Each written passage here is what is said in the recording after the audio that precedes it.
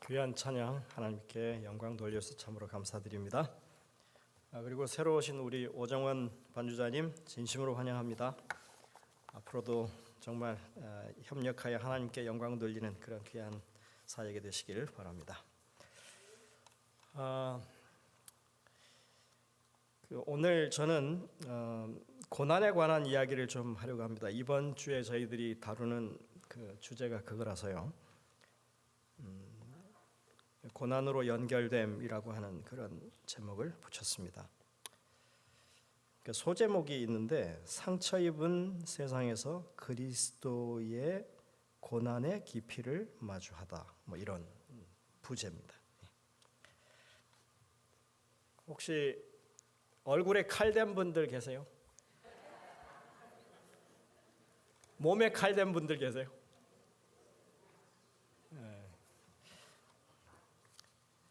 그러면 몸에 상처가 있어서 아주 크게 다쳤던 분들 계십니까? 아마 뭐 다들 살다 보면 칼을 대거나 상처가 나거나 그런 일들이 있죠. 저도 제 상처를 잠깐 좀 얘기하려고 합니다. 일반적으로 사람들이 앉은 자리에 뭐 얘기를 하다 보면 자기가 얼마만큼 큰 어려움을 당했는지, 고통을 얼마나 크게 당했는지 이런 거를 얘기하다 보면 서로 자랑을 하게 돼요. 나한테는 이만큼의 상처가 있고, 뭐 나한테는 이런 이 상처가 있고, 이렇게 하면서 수술 자국 얘기도 하고 합니다. 저는 다행히 그게 없어요. 뭐 아직 이렇게 수술을 한 그게 없어서 언젠간 하겠죠. 이 죄악 세상에 살다 보면 뭐 있을 수 있는 일이니까. 저한테 상처가 많습니다. 사실은 제 어릴 때 어떻게 보냈을 것 같아요?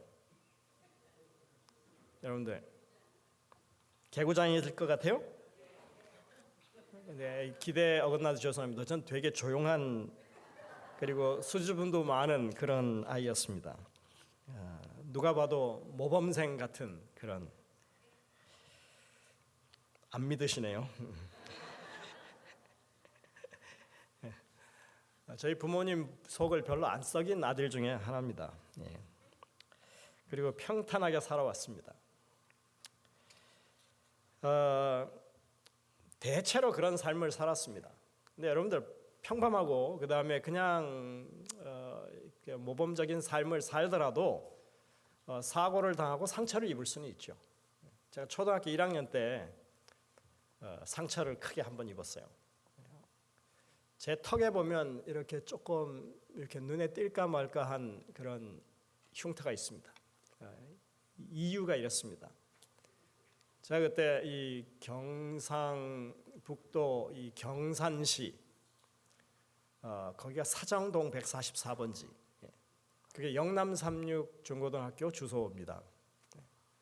안식일 날 오전에 이제 어린이반을 마치고 뭐 거기 다 중고등학생들 예배드리고 하니까 저는 이제 뭐 그 아이들 뭐 교사분들의 아이들이 이제 다 유년반하고 돌아가면 저는 갈 데가 없잖아요.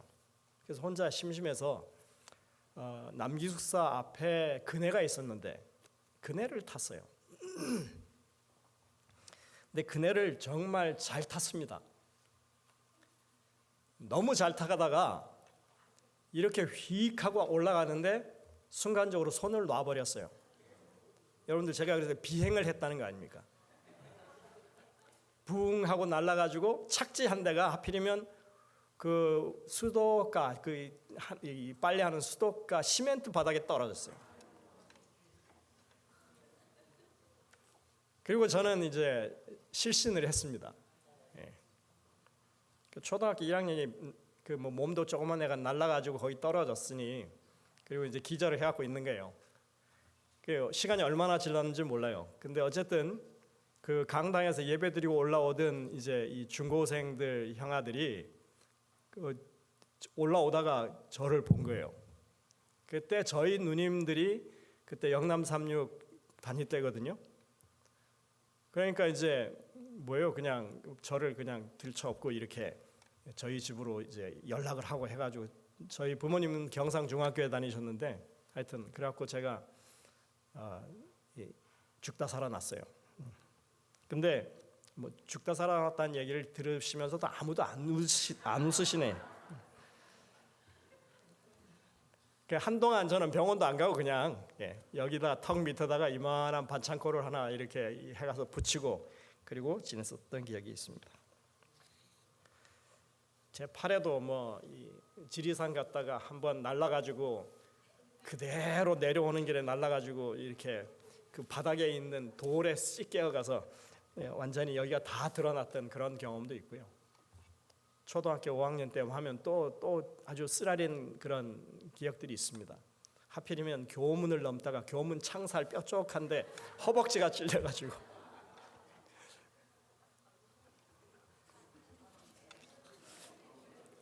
말썽꾸리는 아니었어도 충분히 그런 일을 당하는 일은 있을 수 있는 일입니다.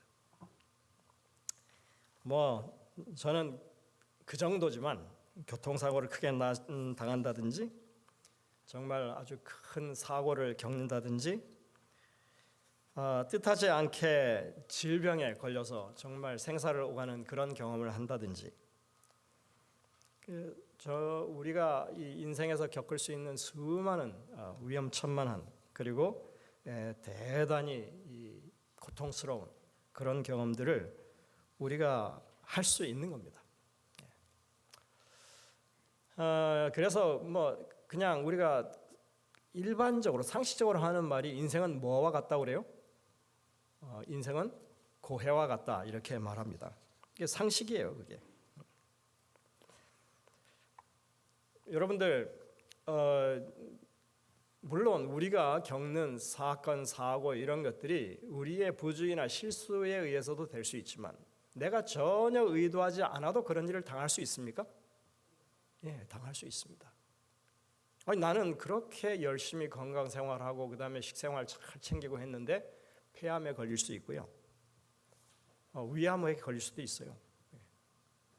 제가 오랫동안 이 재림교회 안에서 이제까지 그렇게 저희는 70년부터 시작해서 이 현미식을 시작했었는데 그렇게 열심히 그 건강 원칙을 따라 살아도 질병에 걸리는 거는 그거와 꼭 같이 비례하는 건 아니더라고요. 뜻하지 않게 정말 췌장암에 걸릴 수도 있는 거고 뭐 다른 여러 가지 질병에 노출되는 일이 충분히 가능하다고 하는 걸 저는 분명히 보고 깨달았습니다. 그래서 내가 어떻게 선하게 사느냐 악하게 사느냐에 관계없이 그 우리가 당할 수 있는 고난은 우리 주변에 이 죄악의 결과로 말미암아 항상 존재한다고 하는 그 분명한 현실을 저는 제 스스로는 분명하게 인지합니다. 그리고 어느 누가 뭐 아파서 어떤 질병으로 혹은 사고로 이런 일을 당했을 때 하나님이 그 사람에게 뭐 이렇게 좀 언짢아 가지고 그렇게 했다고 저는 결코 생각지 않습니다. 그거는 우리가 죄악 세상에 사는 한은 그 사람이 선인이든 악인이든 간에 어떤 경우에 해당할 수 있는 거예요. 그래서 우리가 고난이라고 하는 것, 우리 인생에 닥치는 여러 가지 고난이라고 하는 것들에 대해서 바르게 인식할 필요가 있다고 저는 생각이 됩니다. 여러분들 이 땅에 태어나서 가장 큰 고난을 당하신 분이 누굴까요? 그럼 예수님이 가장 큰 죄인일까요? 네, 그분은 죄 짓지 않았어도 그렇게 고난 당하셨어요. 그것도 그 고난을 자초하셨어요. 자원하셨어요. 그게 다른 겁니다. 누구와도 비교할 수 없는 큰 고통을 겪으신 주님이십니다. 전혀 죄와 상관없는 그분이 사실은 우리를 위해서 고통당하셨다고 성경은 가르치고 있습니다.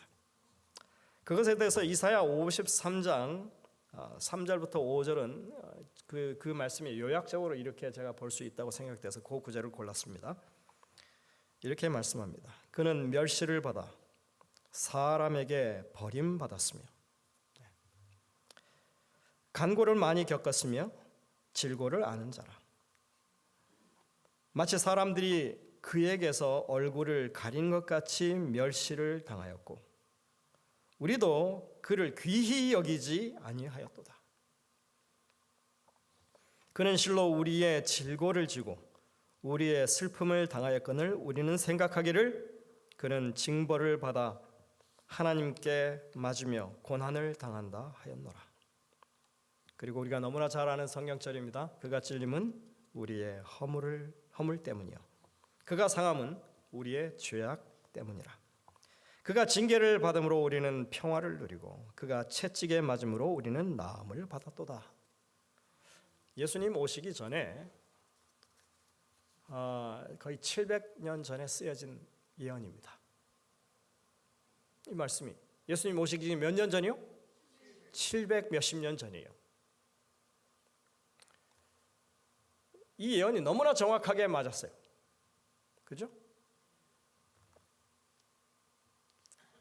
이 이사야 53장을 가리켜서 고난받는 종의 노래라고 이렇게 우리가 명칭을 붙였습니다. 신학자들 사이에는 그렇게 불러요.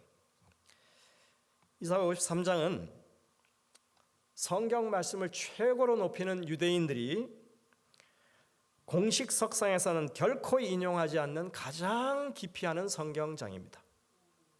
여러분들 이 사실을 아셔야 돼요. 그렇게 성경하고 그냥 하나님의 말씀을 높이고 목숨만큼 귀하게 여긴다는 유대인들이 가장 싫어하고 가장 배척하는 성경장이 뭐라고요? 이사야 53장이에요. 이 말씀을 읽기만 해도 그냥 조금만 생각이 있는 사람이라면 예수 그리스도가 그분이구나 하는 것을 쉽게 연결할 수 있기 때문에 그걸 그렇게 배제하는 것입니다. 그래서 유대인들에게 이 기독교를 전파하기 원하는 사람들이 마태복음, 마가복음, 누가복음 이런 걸 복음서로 제시하는 게 아니라 이사야 53장을 쪽복음처럼 인쇄해 가지고 그걸 줍니다.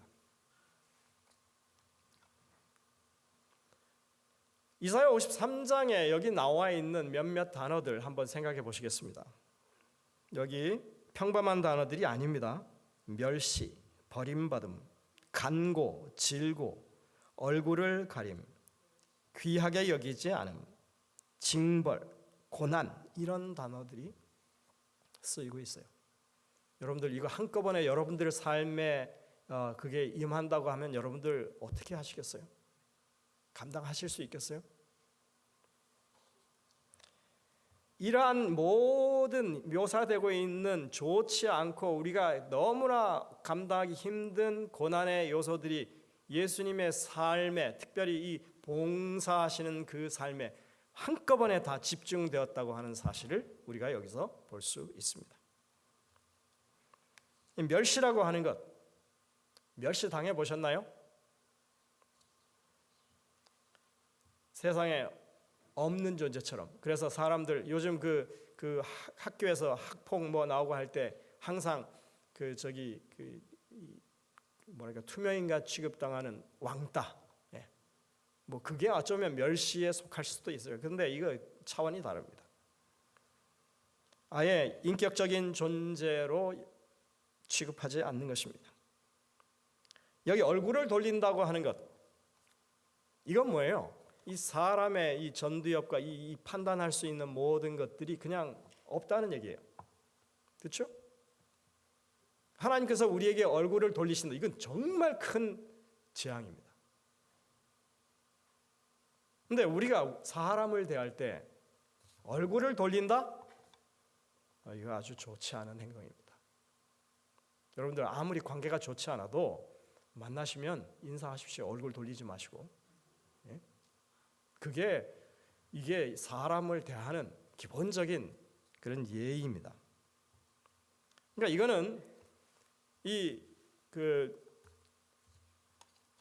사회적으로 그리고 관계적으로 고난을 당하는 것입니다.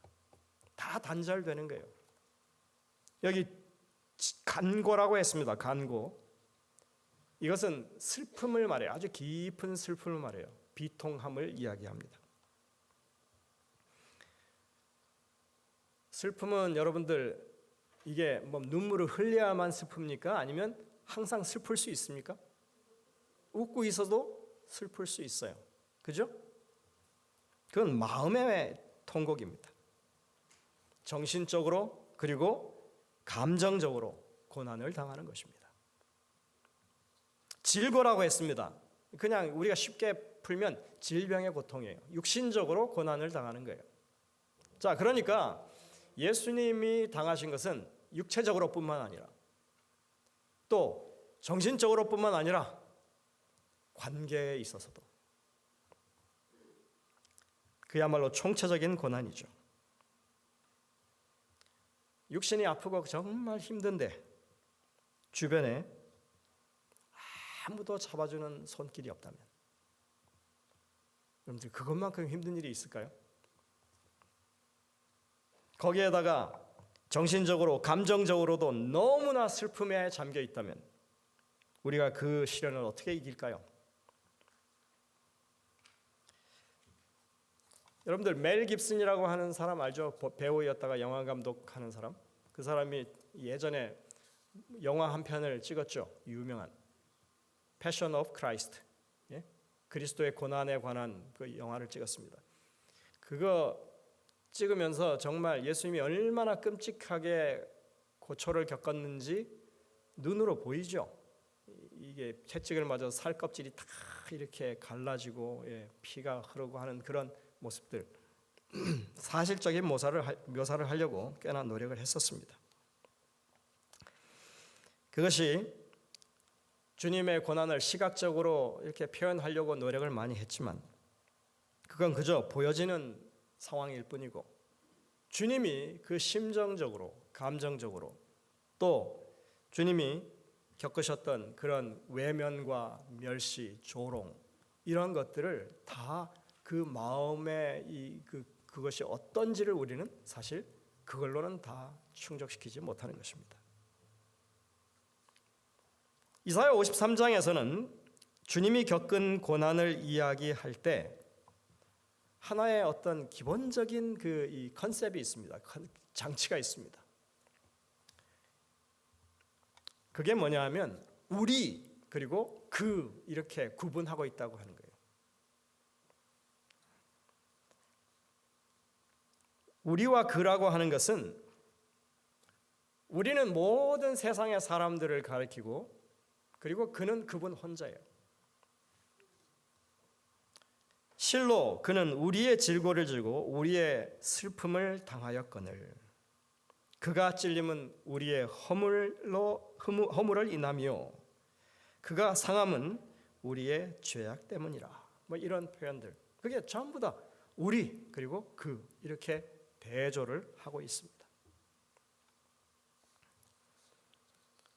주님이 고난 당하실 때 수많은 무리 아니요 우리가 거기에 있었습니다.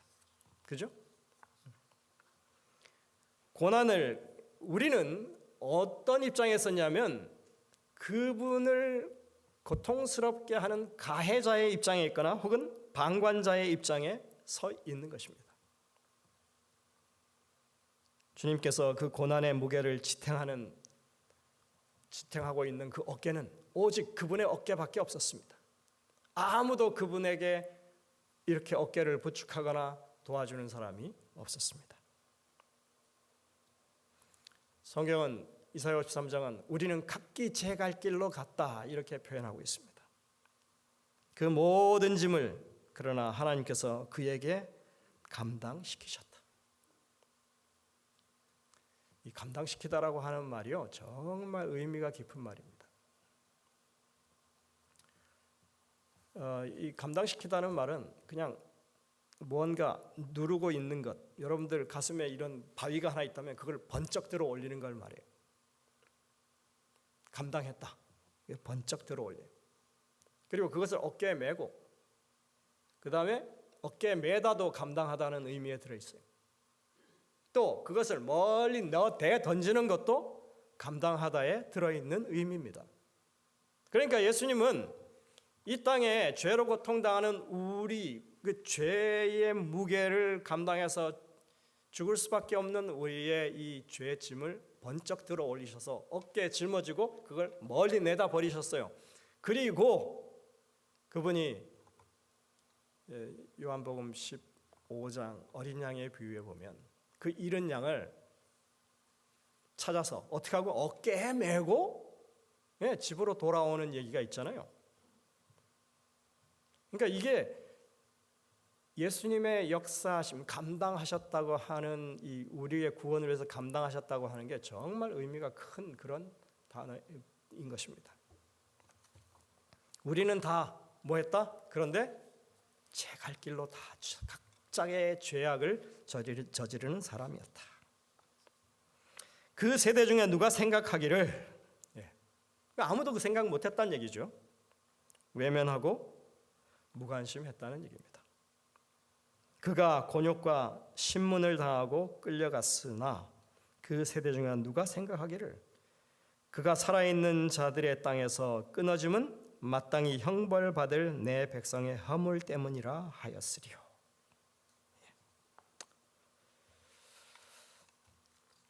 여러분들 혹시 나는 너무 아프고 너무 힘들고 나를 아무도 생각해 주지 않아 이런 생각하신 분들 계십니까?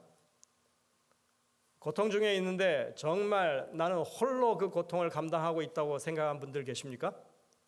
예수님을 생각하시면 위로가 될 겁니다. 여러분들 중에는 그래도 뭐 이렇게 아픈 자리를 지켜주는 뭐 식구라도 있고 또는 교우들도 있고 또 친구들도 있을 수 있죠. 그러나 주님은 그 주변에 아무도 없었습니다. 오직 주님만 그 일을 감당했습니다. 그가 털 깎는 자 앞에서 양처럼 잠잠했다. 입을 다물었다. 그렇게 하죠. 네. 그 소리를 내면 그 고통을 누군가 알아줄 텐데 뭐 했다고요? 입을 다물고 잠잠했다. 이 모든 것들이 사실 이 시편 이사야 53장에 나와 있는 그 메시아에 관한 하나의 기본적인 이 맥락입니다. 오직 그 일을 행하실 분은 누구밖에 없어요?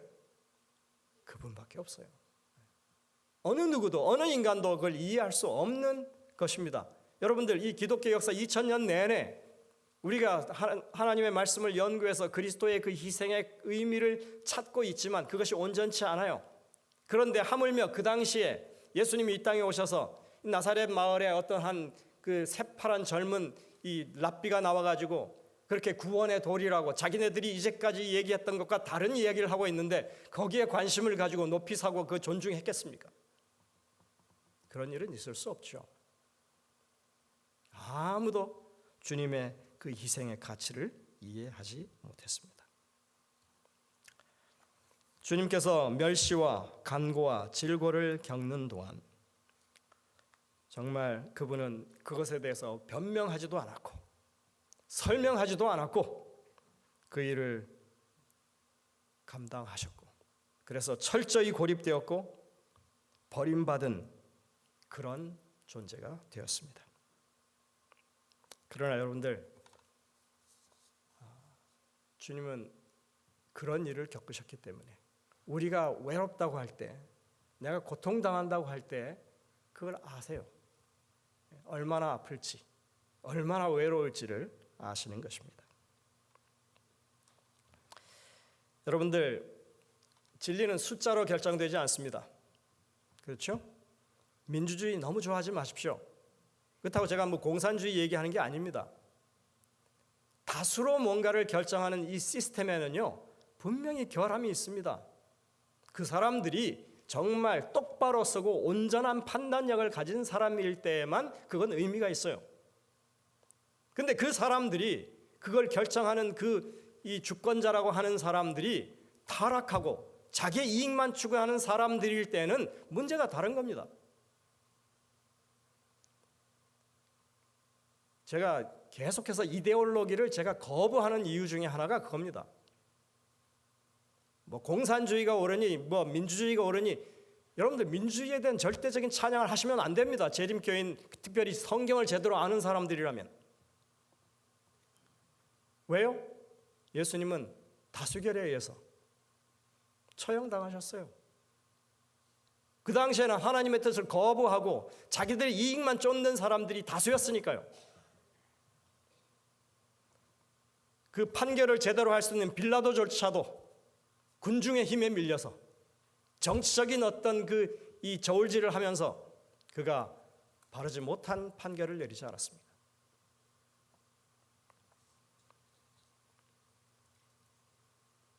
김대성 목사님이 어제 저녁 설교하실 때도 그런 얘기를 하더라고요.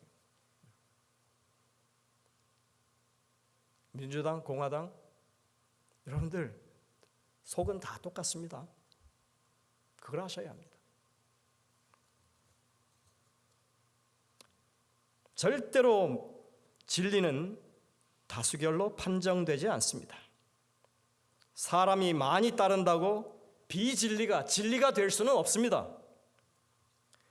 각자의 생각과 판단, 그리고 자신이 취하고자 하는 어떤 이기적인 그런 욕망이 있을 때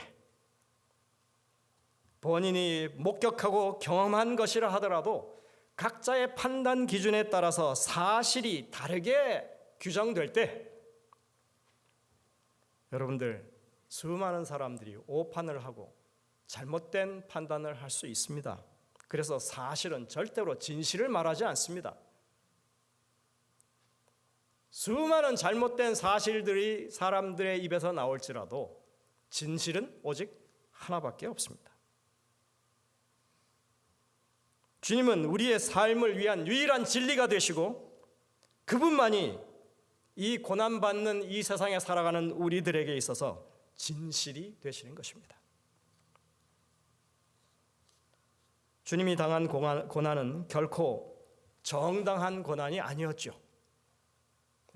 그 당시 기득권들이 자신들의 어떤 이익을 더 많이 그것을 보존하기 위해서 그렇게 그들은 판결을 내리도록 유도한 것입니다. 사람들의 여론을 이끌었고 그것을 정치적으로 압박의 이 도구로 쓴 것입니다. 우리는 우리가 지은 이 죄, 우리가 죄 짓는 당사자로서 마땅히 사실은 그 이 죄악의 현실의 고통을 감내해야 하지만 주님은 이러한 죄악을 전혀 저지르지도 않으시고 그 죄악의 결과인 고통을, 고난을 다 감당하신 분이십니다. 그런 고난을 겪을 이유가 없는 분이세요. 이사야 53장에서는 분명히 그것을 말하고 있습니다. 뭐라고 그래요? 그는 강포를 행하지 아니하였고 그의 입에 거짓이 없었으나 이렇게. 사람들은 다 그를 보고 그냥 마땅히 하나님께 형벌을 받았고 저렇게 되는 거지 하고 그냥 무관심으로 방관하면서 지켜보고 혹은 또 그 유대 지도자들의 선동에서 막 극렬하게 이렇게 예수님을 십자가에 못 박아야 한다고 부르짖는 그런 상황이었지만 주님은 뭐하라고요? 그에게 강포가 없었다. 누구에게 막 대들어서 폭력으로 저항을 하거나 그 다음에 자신의 이 떳떳함을 밝히기 위해서 막 핏대를 올리면서 사람들 앞에 항변을 하거나 이런 거 없었다고요. 그는 거짓도 없으셨다.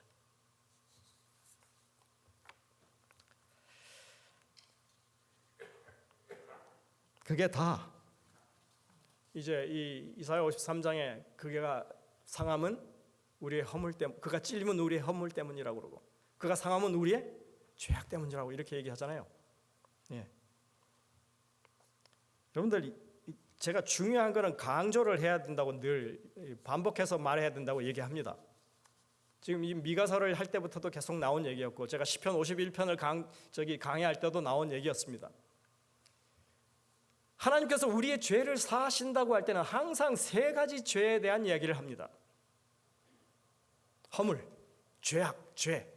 한국말은 이게 번역할 때 약간씩 달라져요. 죄와 죄악을 혼돈해 쓰기도 하고 허물을 뭐 이렇게 다른 그 표현으로 쓰기도 합니다.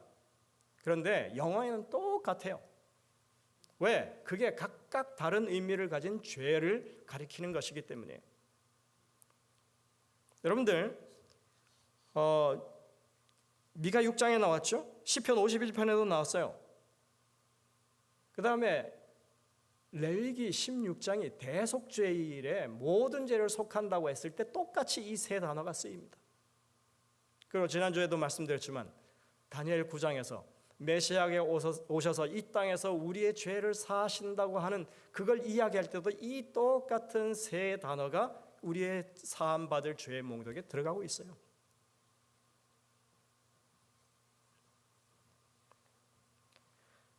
우리가 이게 본성이 이렇게 휘어가지고 뭘 하더라도 제대로 판단이 안 돼요. 그죠? 인정하세요. 여러분들은 굽어진 사람들이에요. 이게 똑바로 자를 재야 되는데 항상 재다 보면 이렇게 삐딱해요. 생각에도 꽈서 생각을 하고 있는 그대로 하나님의 백성답게 그렇게 말하고 행동하셔야 합니다. 저 사람이 저렇게 하지 않을까? 왜 그런 생각을 합니까? 그 다음에 이게 좀 이제 이 하나님 율법 범하는 게 너무 이렇게 이 간이 커져가지고 의도적으로라도 한 번씩 범해봐요. 거짓말하지 말라고 그랬는데 거짓말도 한 번씩 하고, 음욕을 품지 말라고 그랬는데도 그걸 품고, 그 전부 다 여러분들 의도적인 겁니다. 본인이 안 하면 되는 일이에요. 근데 그런 죄를 우리가 지어요. 그 다음에 하고는 싶은데 이미 고착되어 가지고 이렇게 활을 이렇게 겨냥해서 딱 쐈는데 이게 원래는 제대로 이렇게 그 관역에 맞아야 되잖아요. 항상 딴 데로 빠져요. 왜? 원인데 이게 약한 거예요. 이게 그럴 능력이 안 되는 존재들이. 이 모든 게 다 죄예요. 우리가 하나님 앞에 서 있을 때 이런 모든 것들이 다 죄입니다. 그런데 그런 우리를 그런 죄 때문에 주님께서 우리를 대신해서 그 죄의 값을 치르셨다 하는 게 이사야 53장의 말씀이라니까요. 성경이 계속 반복해서 모든 경우에 우리를 어떻게 구속하시느냐를 설명하는 내용이 바로 이겁니다. 그러니 여러분들, 나는 참 이 가망성 없고 희망이 없는 그런 존재야 이렇게 하지 마시고, 이게 주님의 약속이에요. 출애굽기 34장 5절 6절에 여호와로라 여호와로라 하면서 자비롭고 내롭고 노하기를 더디하고 이렇게 악과 죄악과 허물, 이 과실을 용서하신다고 했을 때 똑같이 그 말 쓰이잖아요. 하나님의 이름이 선포될 때도 하나님의 이름의 의미가, 우리를 구원하시는 하나님의 의미가 우리의 그 어떤 죄악이라도 그것을 감당하시고 그것을 속죄하시고 구원하신다는 하나님이라고 하는 의미예요. 이거는 성경을 바르게, 우리가 구약과 신약을 바르게 연결해서 이해하는 사람들이라면 그냥 머리에 못이 박히도록 그걸 이해해야만 하는 것입니다. 여러분들의 생각 자체가 그래야 돼요. 그래야 하나님이 우리를 구원하신다고 했을 때, 우리의 죄를 대속하신다고 했을 때 우리의 어떤 죄가 거기에 포함되어 있는지를 우리가 분명하게 알고 우리는 희망을 가질 수 있는 겁니다.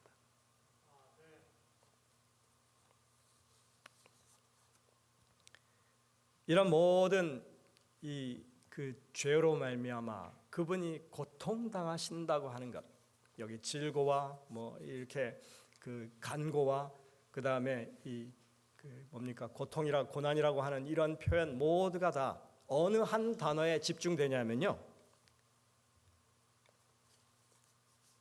그가 찔림은, 그가 상함은 하는 요 두 단어에 집중이 됩니다. 그 죄가 얼마나 큰지,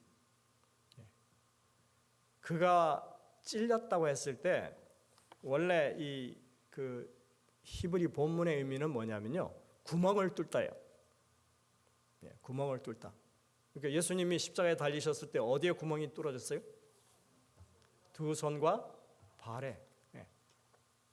근데 이거는 그냥 그 물리적인 그런 의미이고, 여러분 가슴에 구멍이 뚫려 본 적이 있어요? 유행가가 사이에도 구멍난 가슴에 이런 게 있긴 있더만.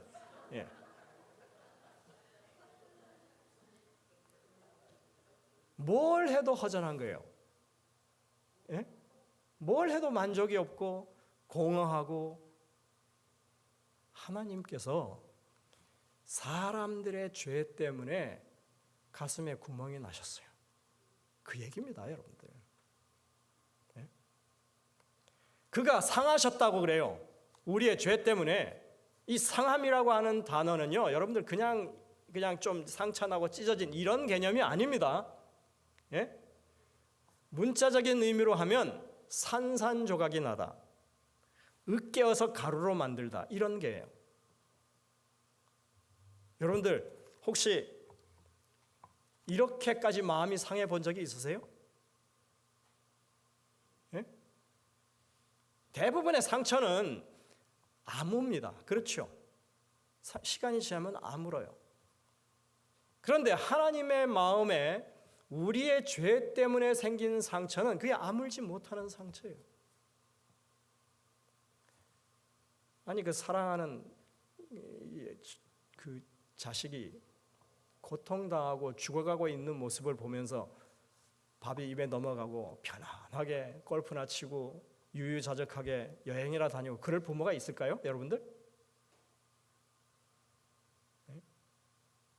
만약 여러분들의 자녀가 교통사고가 나가지고 병원에 입원했는데 상당히 중상이란다. 그런데도 내일 내가 여행 가야 되니까 이제 그냥 좀 다녀와서 보지 이럴 부모가 있을까요? 없죠. 가슴이 찢어지고 가슴이 상하는 게 완전히 박살이 날 정도로 그렇게 되는 그런 게, 그게 성경이 말하는 상함이라고 하는 단어의 의미예요. 하나님이 우리의 죄 때문에 어떻게 하셨다고요? 가슴이 산산조각이 나셨다고요.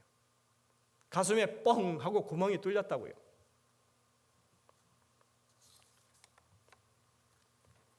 여러분들, 이게 분명한 것이 뭐냐면 매일 아침 저녁으로 번제를 드리죠. 어린 양 한 마리를 잡아가지고 각을 뜹니다. 마디마디 다 절단을 해서, 그리고 깨끗하게 씻어서 다시 그 어린 양의 모습대로 그 번제하던 위에 벌려놔요. 시편 51편에 상함이라고 하는 단어, 그 다음에 통회함, 이런 의미로 쓰이고 있는 단어가 바로 그 단어입니다. 근데 하나님께서 어떤 심정을 가지셨다고 얘기하냐면 하나님이 상한 심정을 가지셨다고 얘기해요. 통회하는 심령을 가지셨다, 하나님께서. 여러분들, 그 번역이 제가 볼 때는 사람의 것으로 오해하게끔 번역되어 있는 것 같아요. 그 번역은 어떻게 되냐면 우리가 지은 사소한 죄 하나 때문에라도 하나님의 가슴이, 하나님의 마음이 그 번제단 위에 벌려져 있는 희생된, 이제는 완전히 분해되어서 해체되어서 다시는 생명을 얻을 수 없는 그런 존재로 그렇게 희생될 수밖에 없었다, 이렇게 해야만 그게 맞는 표현입니다. 다윗이 성령의 깨우치심으로 말미암아 그걸 깨우쳤다 그랬어요. 그래서 내가 만약 희생 제물을 많이 드리면 죄를 더 많이 속한다, 이러면 내가 드렸을 거라. 그런데 하나님이 원하시는 제사가 뭐냐 하면 그 하나님의 구멍나고 찢어진 심령을 이해하는 그런 제사를 하나님이 원하시기 때문에, 그게 하나님이 우리에게 바라시는, 하나님이 어떤 고통으로 우리를 구원해내셨는지를 이해하는 것을 하나님이 원하시고 그런 예배를 받기를 원하시기 때문에 그게 다르다고 얘기하고 있는 거예요. 만약 그렇다면 내가 얼마든지 내가 돈 많고 권력이 있으니까 뭐 하겠다? 재물을 많이 되겠다고. 미가서 6장에 뭐라고 그랬어요? 천천만만의 수양, 만만의 강수 같은 기름, 하나님께서 기뻐하실까? 아니죠. 미가와 이사야는 똑같은 동시대의 선지자였어요. 그 사람들이 이야기하는 것은 뭐냐면 하나님의 전에 그냥 마당만 밟고 그 의미를 제대로 깨우치지 못하는 사람들이 예배드리는 걸 하나님이 지독히 싫어하신다. 기독교 2000년 내내 우리가 이제까지 예수 그리스도의 십자가의 은혜를 알고 그 은혜로 구원받았다고 하면서 우리가 예배드리고 찬양해오는 가운데 하나님이 얼마나 큰 고통으로 그것을 구원을 이루셨는지, 우리를 대신하여 그 죽음의 자리를 들어서셨는지를 우리가 이해하는 것이 이 예배의 근본이에요.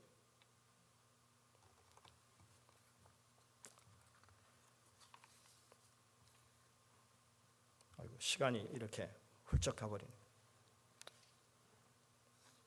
성경에 여러분들 예수 그리스도의 죽음과 부활에 대한 이야기를 하고 있으니까 많은 사람들이 착각을 합니다. 예수님이 죽음에서 부활하셨으니까 우리도 그와 같은 동일한 부활을 할까요? 예수님이 죽으신 죽음이 우리랑 똑같은 일반적인 죽음일까요? 성경은 그렇게 가르치지 않습니다. 성경에서는요, 예수님의 죽음은 차원이 다른 죽음이라고 이야기합니다.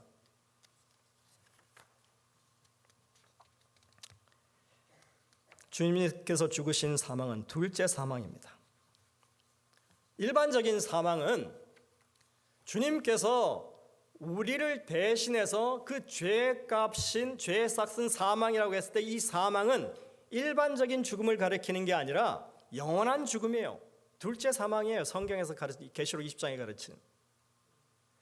예수님이 우리의 죄를 대신해서 그 죄의 값인 영원한 사망을 이미 그 값을 치르시고 그 사망을 이기고 승리하셨기 때문에 주님의 은혜 안에서 그 은혜의 구원의 손길을 받아들이는 사람은 누구나 다 한 번 죽는 것은 정하신 것이지만 주님의 은혜로 말미암아 그들에게는 둘째 사망을 맛보지 아니하고 부활할 수 있는 특권을, 은혜를 주셨다. 이게 성경의 가르침이에요. 그러니까 여러분들 확신하셔야 됩니다. 예수님이 우리를 위해서 돌아가셨다고 하는 것은 이미 우리는 그 죄의 싹슨 사망이요 하는 그 선고에 대한 모든 값이 치러졌고, 우리가 예수 그리스도의 은혜를 의지한 가운데에서는 영생의 부활이 분명하게 약속되어 있는 것이 확실한 것입니다. 이거는 우리는 그 근처에도 안 가요. 이미 누가 다 해결하셨어요? 예수님이 다 해결하셨어요.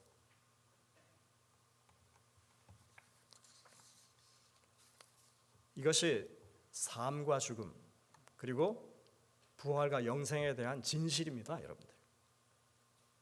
성경은 한 가지를 분명하게 얘기하고 있습니다. 그러니 주님이 죽음에서 부활하셨으니 우리도 어떻게 하면 그냥 부활할 수 있는 찬스를 얻을 수 있다, 이거 아니에요. 우리는 오직 그리스도의 은혜 가운데 그분의 능력 안에서만 우리에게 부활과 영생이 확실하게 주어져 있다고 하는 것을 여러분들 분명하게 이해하시길 바랍니다. 제가 짧은 시간 동안에 주님의 죽으심에 관한 이야기를 했지만, 고난과 죽음, 시름에 관한 얘기를 했지만 우리가 다 이해할 수는 없습니다. 근데 주님은 뭐라고 하셨냐면 우리의 고난을 이해하시는 하나님, 우리의 고통을 아시는 하나님. 그래서 우리가 고통당하고 그 다음에 힘들어할 때 우리를 헤아리실 수 있는 분이고 우리의 고통을 감당하실 수 있는 분이라고 하는 것을 우리에게 말하고 있는 것입니다. 우리의 고난은 끝이 없죠. 끝이 있죠, 참. 끝이 없는 게 아니라 끝이 있습니다. 그리고 회복할 소망도 있습니다. 그러나 주님의 고난은 끝도 없고 소망도 없는 영원한 하나님과의 단절이었습니다. 우리가 맞닥뜨린 죽음의 문턱은 그 위치가 다른 것입니다. 예수님의 문턱, 그 죽음의 문턱과 우리의 문턱의 위치는 달라요. 분명히 다릅니다. 그러니 여러분들 확신하십시오. 오늘도 우리는 주님의 은혜 가운데 그 소망을 가지고 살 수 있다고 하는 것입니다.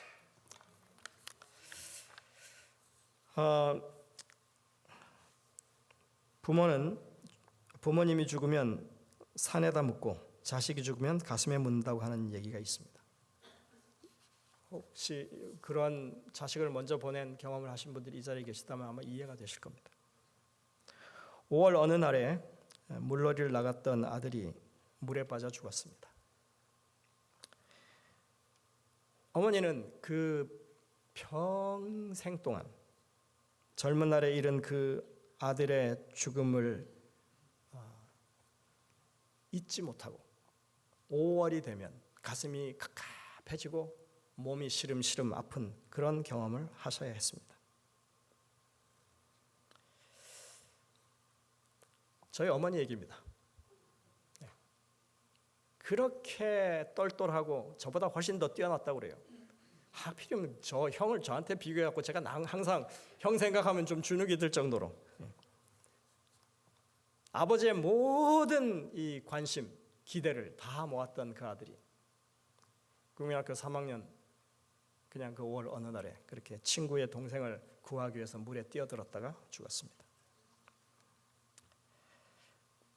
평생을 가슴에 묻고 사라지지 않는 거예요. 그 통증이, 그 고통이 고난이 사라지지 않는 거예요. 제가요 덕분에 대학교 갈 때까지 한 번도 제가 수영을 해본 적이 없습니다. 막 기겁을 하세요. 할 수 없이 제가 수영해 본 건 언제냐면 대학교 체육 시간에 그 체육관에 있는 수영장에 가서 수영한 게 그게 다예요. 저는 그래서 평생에 이 수영과는 관계없는 인생을 지금도 살고 있습니다. 여러분들, 인간의 어머니도 그런데 하나님께서 그 자녀들을 보시는 그 마음이, 그 상한 심령이, 그 통회하는 그런 심령이 어떠하겠습니까? 여러분들, 기독교의 이 상징이 뭐죠? 십자가입니다. 그렇죠? 뭐 어디나 다 십자가, 하나의 트렌드죠. 그런데 여러분들, 기독교 신앙은 결코 대중문화, 트렌드가 아닙니다. 유행하는 것이 아닙니다.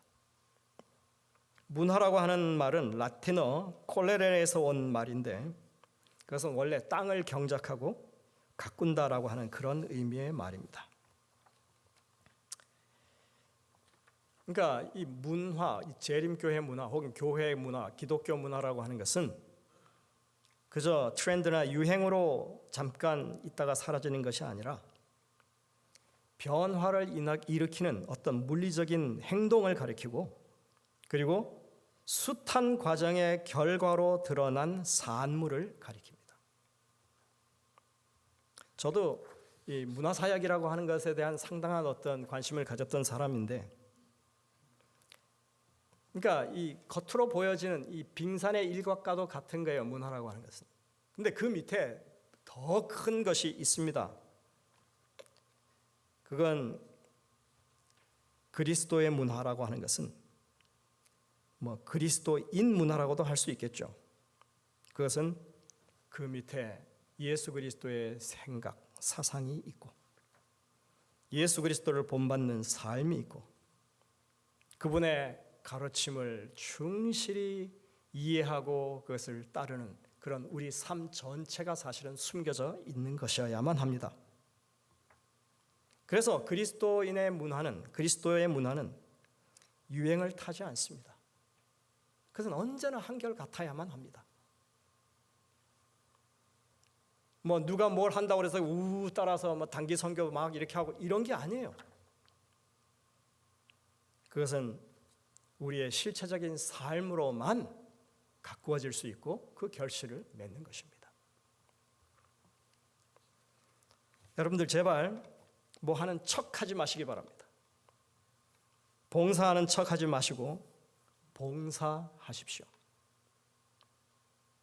기도하는 척하지 마시고 기도하십시오. 예배하는 척하지 마시고 하나님을 예배하십시오. 찬양하는 척하지 마시고 정말 온 영혼의 찬양을 드리십시오. 동행하는 척하지 마시고 동행하십시오. 그래서 우리가 고난을 겪으면서도 그리스도의 고난에 참여하는 사람이 된다고 하는 것이 무엇인지 여러분들이 삶으로 여러분들의 믿음의 어떤 결실로 여러분들 주변에 있는 사람들에게 보여주시길 바랍니다. 하나님 왜 나에게만 이런 고난이 있게 하십니까? 이렇게 말하는 것이 아니라 이런 고난을 겪었더니 주님의 고난이 어떤 것인지를 알겠습니다. 이게 참여하는 거죠. 그러니 우리가 시련이 온다고 하나님께 불평을 늘어놓을 것이 아니라 뭐 해야 돼요? 오히려 주님을 찬양하고 주님의 구원하심이 얼마나 크신지를 우리가 높여야 하는 것입니다. 오늘 우리 성도님들의 마음 가운데 그러한 결심이 자리 잡게 되시기를 간절히 바라면서 말씀을 줄이겠습니다.